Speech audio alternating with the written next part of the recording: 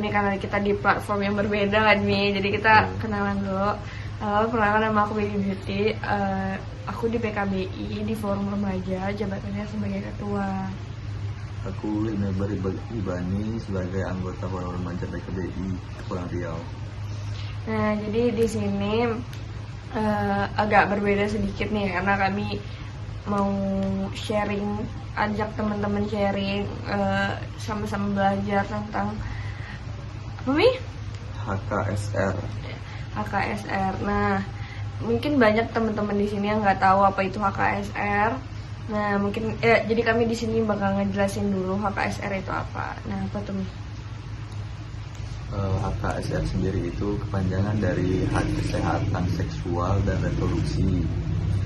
Nah, sebelum lebih jauh gitu kan, dari kita definisikan dulu pertama itu kan kesehatan seksual. Nah, kesehatan seksual ini diartikan sebagai keadaan sejahtera secara fisik, mental, dan sosial secara utuh. Nggak hanya bebas dari penyakit atau kecacatan, tetapi juga semua hal yang berkaitan dengan seksualitas. Kesehatan seksual memerlukan adanya penghargaan terhadap seksualitas seseorang, termasuk dalam hal merasakan kenikmatan. Lalu intinya itu dari belah pihak pria maupun wanita tidak ada paksaan atau kekerasan dalam seksualitas itu. Lalu juga terbebas dari risiko kehamilan yang tidak direncanakan dan infeksi menular seksual. Selanjutnya tuh ada kesehatan reproduksi, itu gimana? Nah, kalau kesehatan reproduksi itu sendiri diartikan sebagai kesejahteraan secara fisik, mental, dan sosial secara utuh. Tidak hanya bebas dari penyakit atau kecacatan, hampir sama nih Mi. Tetapi juga hal yang berkaitan dengan sistem, fungsi, dan proses reproduksi. Seseorang bisa dikatakan sehat reproduksinya jika organ reproduksinya mampu berfungsi dengan baik gitu, bisa menentukan apakah mau memiliki anak, jumlah anak atau jarak antara anak, serta memilih alat kontrasepsi yang diinginkan tanpa adanya paksaan kayak yang tadi Ibu bilang. Nah, apa itu hak seksual dan hak reproduksi? Nah, mungkin juga banyak teman-teman yang nggak tahu. Juga sebelum aku masuk PKBI, aku nggak ngerti apapun tentang seksual dan reproduksi. Ya, karena masyarakat kan sering masih beranggapan kalau itu hal yang tabu ya Mi. Masih awam banget untuk masyarakat sekitar kita. Nah, hak seksual itu sendiri aku jelasin dulu ya Mi. Hak seksual itu merupakan hak asasi manusia yang telah diakui oleh hukum nasional, hukum internasional, serta dokumen dan perjanjian internasional. Nah, berarti emang udah disahkan oleh negara manapun kayak gitu. Hak asasi ini termasuk hak seseorang untuk memilih bebas dari paksaan, diskriminasi, dan kekerasan secara seksual. Nah, jadi ini yang membuat kayak ini yang bakal membela orang-orang yang diperkosa kayak gitu. Pokoknya melakukan segala hal seksual dengan atas dasar paksaan kayak gitu. Nah, hak reproduksi sendiri dijelasin oleh Hilmi. Nah, hak reproduksi itu juga merupakan hak asasi manusia yang telah diakui secara hukum nasional, hukum internasional, serta dokumen dan perjanjian nasional maupun internasional. Hak asasi ini tuh berlandaskan atas pengakuan hak-hak dasar bagi pasangan dan individu untuk memutuskan secara bebas dan bertanggung jawab terkait aktivitasnya dalam bereproduksi. Nah, tadi barusan kita udah jelasin itu apa itu hak seksual dan hak reproduksi kan. Nah, ini berbedakah hak seksual dan hak reproduksi itu? Udah pasti beda dong. Nah, apa nih bedanya? Pada dasarnya itu hak tersebut memiliki keterkaitan sama lain, walaupun memang ada perbedaan dari cakupan hak. Gimana tuh perbedaannya? Nah, kalau hak seksual sendiri lebih mencakup seksualitas, orientasi seksual, identitas gender, kayak gender antara perempuan dan laki-laki gitu, perilaku seksual dan kesehatan seksual. Sedangkan hak reproduksi sendiri apa tuh Mi? Kalau hak reproduksi itu lebih mencakup kesuburan, reproduksi, kesehatan reproduksi dan keluarga gitu sih. Terus udah tahu kan perbedaannya hak seksual dan hak reproduksi itu. Nah, yang terakhir itu ada apa aja hak seksual yang dimiliki oleh seorang manusia. Nah, apa aja tuh?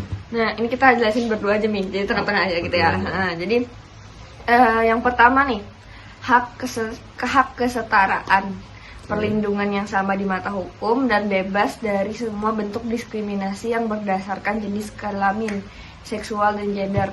Nah, itu tuh kayak setiap orang dilahirkan secara bebas dan setara dalam martabat dan haknya, dan berhak mendapatkan perlindungan hukum dari diskriminasi berbasis seksual dan gender, kayak gitu. Dan selanjutnya itu ada hak berpartisipasi bagi semua orang tanpa memandang jenis kelamin, seksualitas dan gender. Yep. Jadi itu maksudnya itu setiap orang dapat bebas dan berpartisipasi penuh dan berkontribusi pada masyarakat, ekonomi, sosial budaya, serta aspek politik dalam kehidupan manusia tingkat lokal, nasional, regional, dan internasional. Nah gitu, terus juga yang ketiga ada hak hidup, merdeka, dan terjamin keamanan dirinya secara utuh. Kayak gitu, jadi setiap orang memiliki hak untuk hidup dan bebas dari segala bentuk kekejaman di semua bentuk, khususnya dan yang berkaitan dengan usia. Jadi kayak jenis kelamin, gender, orientasi seksual, sejarah kehidupan seksual, dan status HIV dan AIDS, kayak gitu. Terus yang keempat Itu ada hak atas privasi.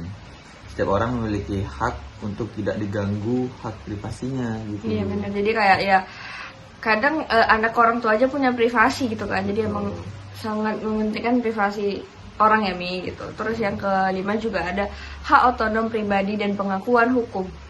Itu setiap orang memiliki hak secara hukum dan kesempatan bagi setiap individu untuk memiliki kontrol dan memutuskan secara bebas hal yang berkaitan dengan seksualitas untuk dirinya sendiri, kayak gitu. Jadi itu ada 5 hak-hak yang ada di reproduksi ini ya, seksual. Jadi kita lanjut ke ada hak reproduksi yang dimiliki seorang manusia. Apa aja tuh? Oh iya benar-benar. Yang pertama apa Mi? Yang pertama itu ada hak untuk mendapat informasi dan pendidikan. Nah, jadi setiap manusia dan masyarakat itu punya hak dapat informasi dan pendidikan yang terkait dengan masalah kesehatan reproduksi, termasuk jaminan kesehatan dan kesejahteraan seorang maupun keluarga.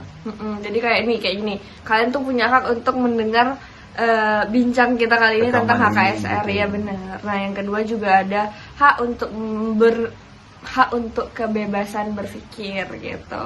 Nah termasuk kebebasan dari penafsiran ajaran agama yang spirit, kepercayaan, filosofi, dan tradisi yang membatasi kebebasan berpikir tentang pelayanan kesehatan reproduksi. Ya kayak yang tadi kita bilang kan nih, kayak di lingkungan masyarakat kita ini masih sangat tabu dan awam tentang masalah reproduksi, seksualitas, kayak gitu.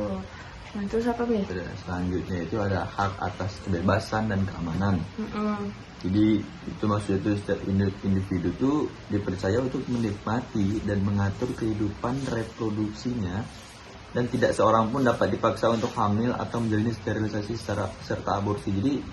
Jadi orang nggak bisa menentukan dia mau ngapain gitu ya. Aja, gitu.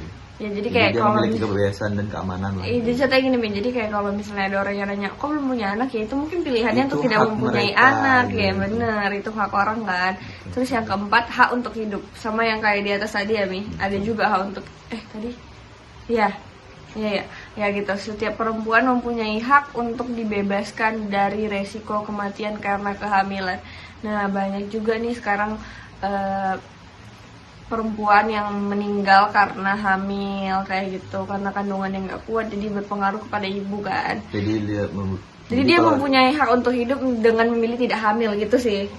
Secara singkatnya kayak gitu.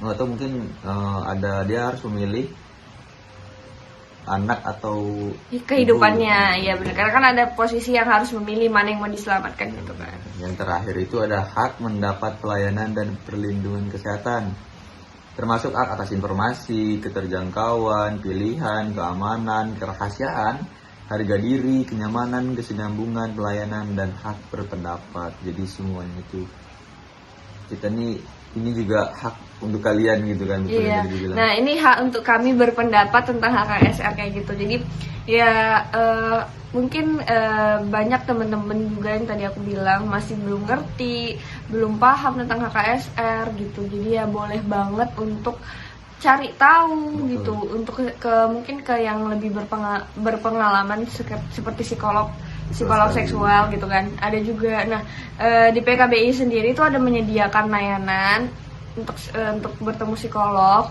Dan kalau untuk teman-teman yang mungkin nggak bisa cerita, nggak punya teman cerita, kami punya banget konselor sebaya yang sangat welcome ya untuk kalian datang kayak gitu. Jadi mungkin untuk teman-teman di luar sana yang masih ragu untuk belajar, join PKBI biar kita sama-sama belajar kayak gini, atau mungkin terus ikutin apa kelanjutannya, updatean kami, live stream kami untuk nambah pengalaman ya nih, pengalaman dan ilmu kayak gitu. Nah, sekian nih untuk penjelasan HKSR secara singkatnya dari kami.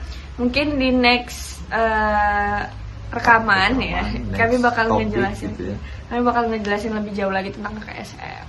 Makasih buat teman-teman yang udah dengerin, dan sorry banget, maaf banget kalau misalnya ada kesalahan yang dari kita sebutin tadi ya Mi. Perbedaan pendapat, maaf banget karena ya balik lagi kayak manusia guys, jadi dan kalian masih belajar masih gitu belajar ya. juga aja, kita sama-sama belajar di sini. Jadi ya makasih udah nonton, bye.